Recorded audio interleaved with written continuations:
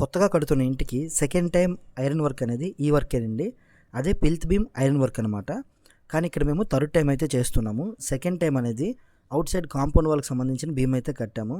చిన్న చిన్న స్ట్రక్చర్స్ అయితే అంటే 12 పిల్లర్స్ 6 పిల్లర్స్ ఈ విధంగా వచ్చినట్లయితే ఒక 150 గజాలు 200 గజాల్లో ఇల్లు అయితే మాత్రం పిల్త్ beam out side compound wall belt మొత్తం సెకండ్ టైమే చేస్తారు.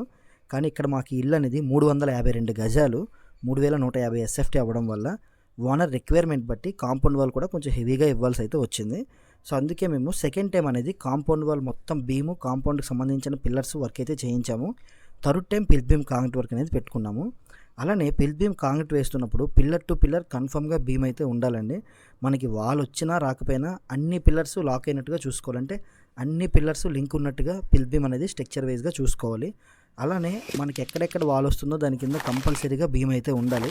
అది టాయిలెట్ అయినా స్టోర్ రూమ్ అయినా ఏదైనా సరే.